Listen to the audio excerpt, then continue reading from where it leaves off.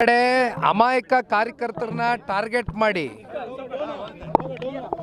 ಯಾರು ಈ ಪ್ರಕರಣದಲ್ಲಿ ಶಾಮೀಲಾಗದೇ ಇರತಕ್ಕಂಥ ವ್ಯಕ್ತಿಗಳು ನಿರಂತರವಾಗಿ ಕ್ಷೇತ್ರದಲ್ಲಿ ನಡೀತಾ ಇರತಕ್ಕಂಥ ಲೋಪದೋಷಗಳ ಬಗ್ಗೆ, ಸರ್ಕಾರದಲ್ಲಿ ಆಗ್ತಾ ಇರತಕ್ಕಂಥ ತಪ್ಪುಗಳ ಬಗ್ಗೆ ಎತ್ತಿಡಿದು ಮಾತನಾಡ್ತಕ್ಕಂಥ ಕೆಲವೊಂದಷ್ಟು ವ್ಯಕ್ತಿಗಳನ್ನ ಟಾರ್ಗೆಟ್ ಮಾಡಿ ಇವತ್ತು ಅವ್ರನ್ನ FIR ಹಾಕಿ ಇವತ್ತು ಸುಮೋಟೋ ಕೇಸ್ ಹಾಕ್ತಕ್ಕಂಥ ದೊಡ್ಡ ಅಪರಾಧ ಇವತ್ತು ಯಾರು ಏನೂ ಇಲ್ಲಿ ಮಾಡಿಲ್ಲ. ತಮ್ಗಳಿಗೂ ಗೊತ್ತಿದೆಯಣ್ಣ ಮಾಧ್ಯಮದವ್ರಿಗೆ. ಆದರೆ ಇದು ಟಾರ್ಗೆಟ್ ರಾಜಕಾರಣ ನಡೀತಾ ಇದೆ.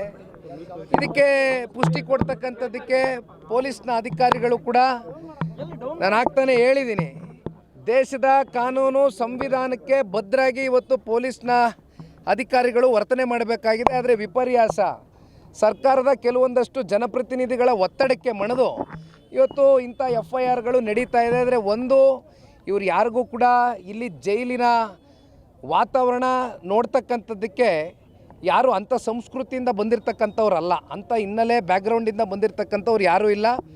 ಅವ್ರ ಕಣ್ಣಲ್ಲಿ ಒಂದು ನೋವಿದೆ, ಅವ್ರ ಕಣ್ಣಲ್ಲಿ ಒಂದು ಭಯವೂ ಕೂಡ ಕಾಡ್ತಾ ಇದೆ. ನಾನು ಇಲ್ಲ ಅಂತಕ್ಕಂಥದ್ದು ಹೇಳೋದಕ್ಕೆ ಇಚ್ಛೆ ಪಡೋದಿಲ್ಲ. ಯಾಕೆಂದರೆ ಯಾವುದೇ ಒಬ್ಬ ಒಳ್ಳೆಯ ಬದುಕನ್ನು ಕಟ್ಕೊಂಡಿರ್ತಕ್ಕಂಥ ವ್ಯಕ್ತಿ, ಗೌರವಯುತವಾಗಿ ಜೀವನ ಮಾಡಿರ್ತಕ್ಕಂಥ ಒಬ್ಬ ಸಾಮಾನ್ಯ ಪ್ರಜೆನ ಈ ರೀತಿ ಟಾರ್ಗೆಟ್ ಮಾಡಿ ನೀವು ಒಳಗಡೆ ಹಾಕಿದಂಥ ಸಂದರ್ಭದಲ್ಲಿ ಅವನಲ್ಲಿ ಮತ್ತು ಅವರ ಕುಟುಂಬಸ್ಥರ ಮೇಲೆ ಯಾವ ರೀತಿ ಒಂದು ಆಘಾತ ಉಂಟಾಗಿದೆ ಅಂತಕ್ಕಂಥದ್ದು ಅವರಲ್ಲಿ ಒಂದು ಭಾವನೆಯನ್ನು ವ್ಯಕ್ತ ಆಗಿದೆ.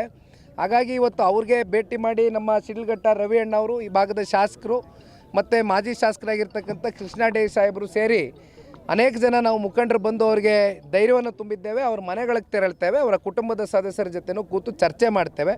ಒಟ್ಟಾರೆಯಾಗಿ ಅವ್ರ ಧೈರ್ಯ ತುಂಬತಕ್ಕಂಥದ್ದಷ್ಟೇ ಅಲ್ಲ, ಅವ್ರ ಮನೆ ಮಕ್ಕಳನ್ನ ಅತಿ ಶೀಘ್ರದಲ್ಲೇ ವಾಪಸ್ಸು ಅವ್ರಿಗೆ ಮನೆಗೆ ಕರ್ಕೊಂಬರ್ತಕ್ಕಂಥದ್ದಕ್ಕೆ ಎಲ್ಲ ರೀತಿಯಾದಂಥ ಕಾನೂನಿನಡಿಯಲ್ಲಿ ವ್ಯವಸ್ಥೆ ಇದೆ, ಕೆಲಸ ಮಾಡ್ತೇವೆ. ಈಗ ಒಳಗಡೆ 8ರಿಂದ 9 ಜನ ಇದ್ದಾರೆ. 8 ಜನ ಇದ್ದಾರೆ. ಈಗ ಸದ್ಯಕ್ಕೆ 8 ಜನ ಇದ್ದಾರೆ. 9 ಜನವೇ ಇದ್ದಾರೆ. ಇನ್ನು ಹೆಚ್ಚು ಕಮ್ಮಿ 150 ಜನರ ಮೇಲೆ FIR ದಾಖಲಾತಿ ಮಾಡಿದ್ದಾರೆ ಅಂತ ಹೇಳ್ತಾರೆ. ಆದರೆ ಒಂದು ನೀವು ಅರ್ಥ ಮಾಡ್ಕೋಬೇಕಾಗಿರ್ತಕ್ಕಂಥದ್ದು, ಪ್ರಚೋದನಾಕಾರಿಯಾದಂಥ ಹೇಳಿಕೆಗಳು ಕೊಟ್ಟು ಈ ರೀತಿ ಪ್ರಚೋದನೆಯನ್ನು ಮಾಡಿ ಉದ್ದೇಶಪೂರ್ವಕವಾಗಿ ಒಳಗಡೆ ಹಾಕ್ಸಿರ್ತಕ್ಕಂಥ ಆ ವ್ಯಕ್ತಿನ ಇಲ್ಲಿವರೆಗೂ ಕೂಡ ಯಾರೂ ಕೂಡ ಪ್ರಶ್ನೆ ಮಾಡ್ತಾ ಇಲ್ಲ. FIR ಯಾರ ಮೇಲೆ ದಾಖಲಾಗಬೇಕು ಅಂತಕ್ಕಂಥದ್ದು ಬಹುಶಃ ನಿಮಗೂ ಗೊತ್ತಿದೆ, ನಮಗೂ ಗೊತ್ತಿದೆ. ಆದರೆ ಇವತ್ತು ಸರ್ಕಾರ ಈಗ ಪ್ರಚೋದನೆ ಮಾಡಿದಂಥವ್ರು ಅವರು ಕೆಂಪೇಗೌಡರ ಜಯಂತಿ. ಕೆಂಪೇಗೌಡರು ನಾಡಿನ ಪ್ರಭುಗಳು. ಅವರು ಯಾವತ್ತೂ ಒಂದು ಜಾತಿ ಜನಾಂಗ ಧರ್ಮಕ್ಕೆ ಸೀಮಿತವಾಗಿ ಬದುಕನ್ನು ಕಟ್ಕೊಡ್ಲಿಲ್ಲ.